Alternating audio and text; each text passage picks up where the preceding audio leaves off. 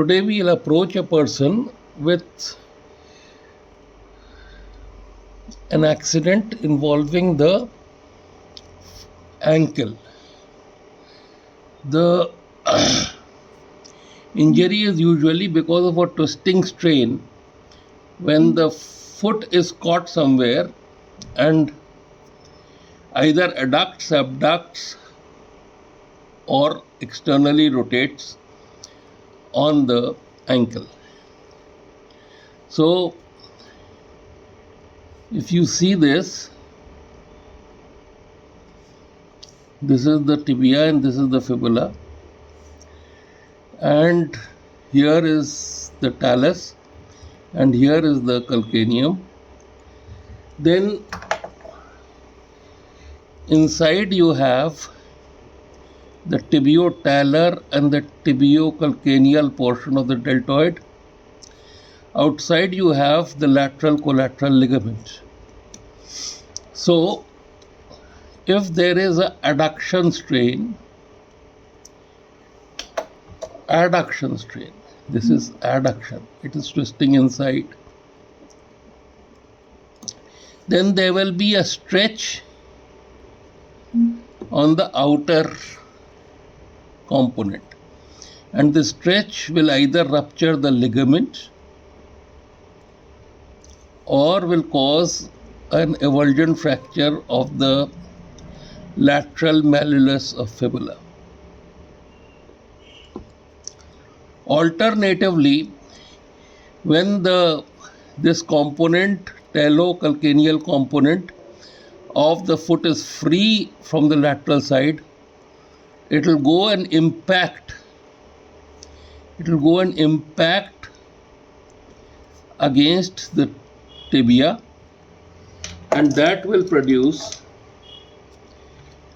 a oblique fracture like this, impact fracture of the medial malleolus of the fibula.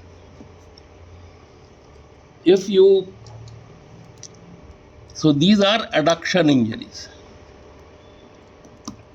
and usually you find that there is a failure of the lateral and the medial malleolus. So this is a bimalleolar fracture. Another way a bimalleolar fracture can occur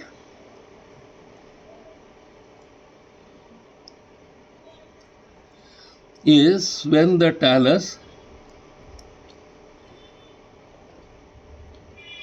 abducts in the ankle mortice. In that circumstance, this is the deltoid ligament, the tibiotalar and the tibiocalcaneal component. This would fail first, and when this fails, there is a transverse fracture of the medial malleolus, and this is the stretch fracture, and there will be an oblique fracture of the lateral malleolus.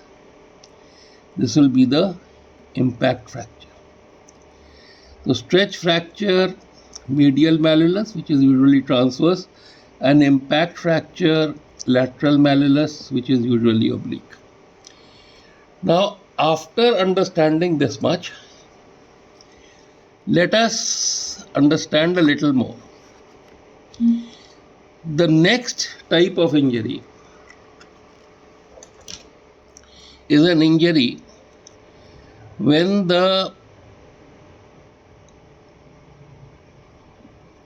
this is the talus, and here is the malleolus, medial and lateral, and here is the calcaneum, and here will be the navicular, here will be the cuboid, and here will be the three cuneiforms.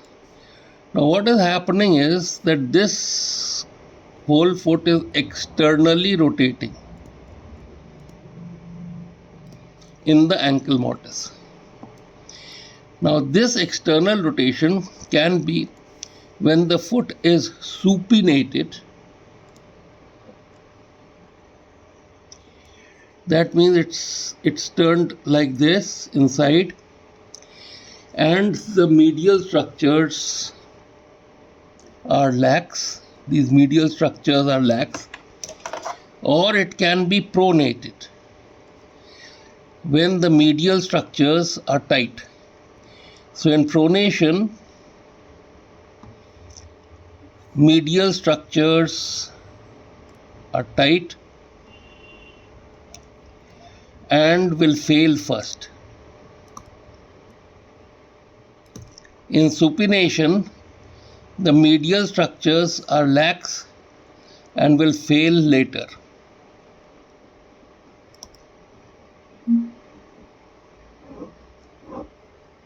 The medial structures will fail later. So this external rotation type of injury is divided into supination and pronation.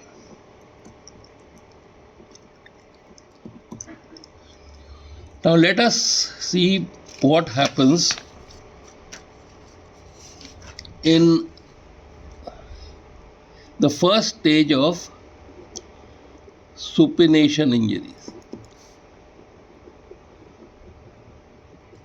Supination, external rotation, supination.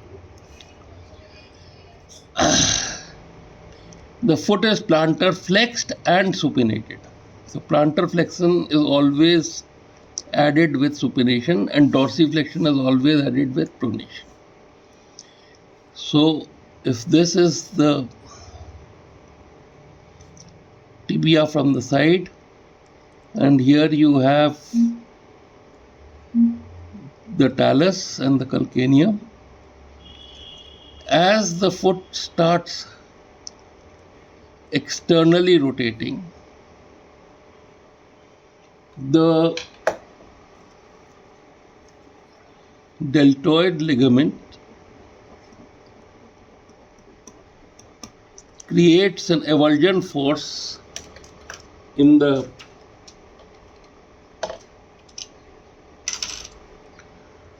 malleolus, and you have an avulsion fracture like this, directed downwards and posteriorly. So this is stage 1. Then the talus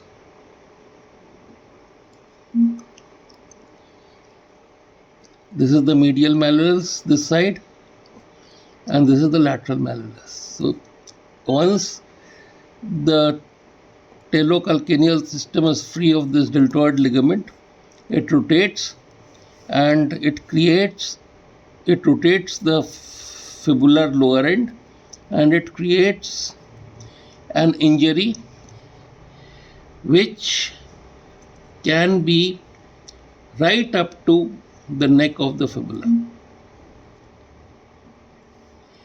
So there can be a spiral injury right up to the neck of the fibula, and what has to happen is that this ligament, the tibiofibular ligament, first this will get strained and break, then this will get strained and break, then this will get strained and break from anterior to posterior, and that will allow the rotation of the fibula, and this is called as Massey-Neuve injury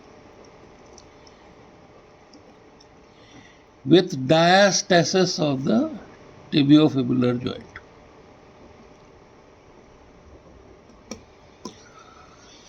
So, and the third stage, the talus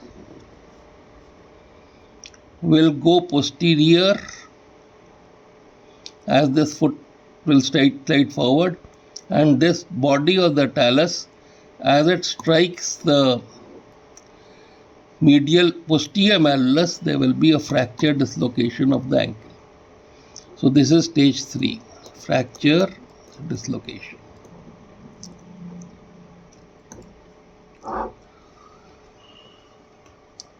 So now we will, so this is stage 2 and this is stage 3. Now we'll deal with supination Pronation, external rotation.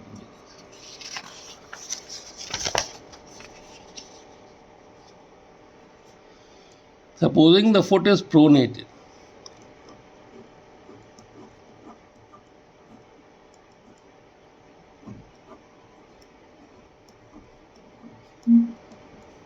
it is pronated like this, then the talus is tightly fitting in the malleolus and the medial structures are tight. So, when the medial structures are tight,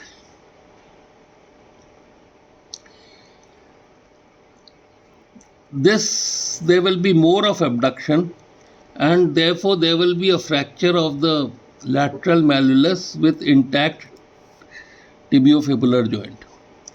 This is stage 1. Then the medial structures will fail, and finally there will be a fracture dislocation. So this is pronation, external rotation injury, which is without a diastasis.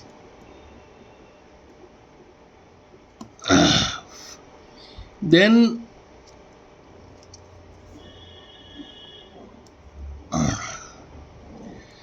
this talus can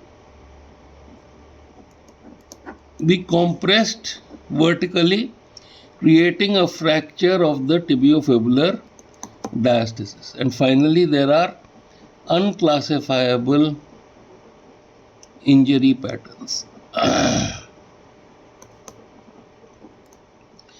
So these are the mechanisms of injury and the classification of injury, which is adduction, abduction, external rotation with foot supinated and pronated, vertical compression, and miscellaneous unclassifiable.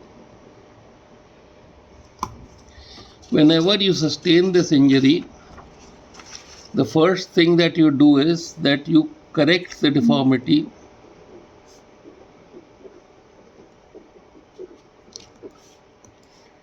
Notice the status, neurovascular status, stabilize by splint, take an X-ray, prepare for anesthesia.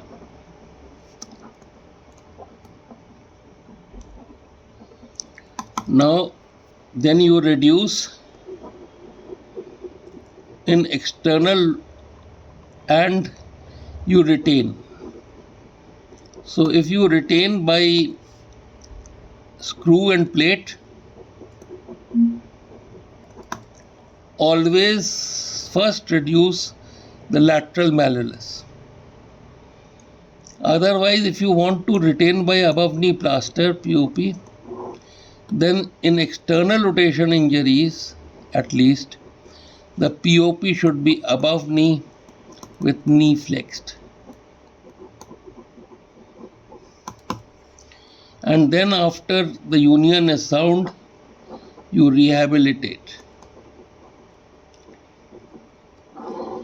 So this is the management of ankle injuries.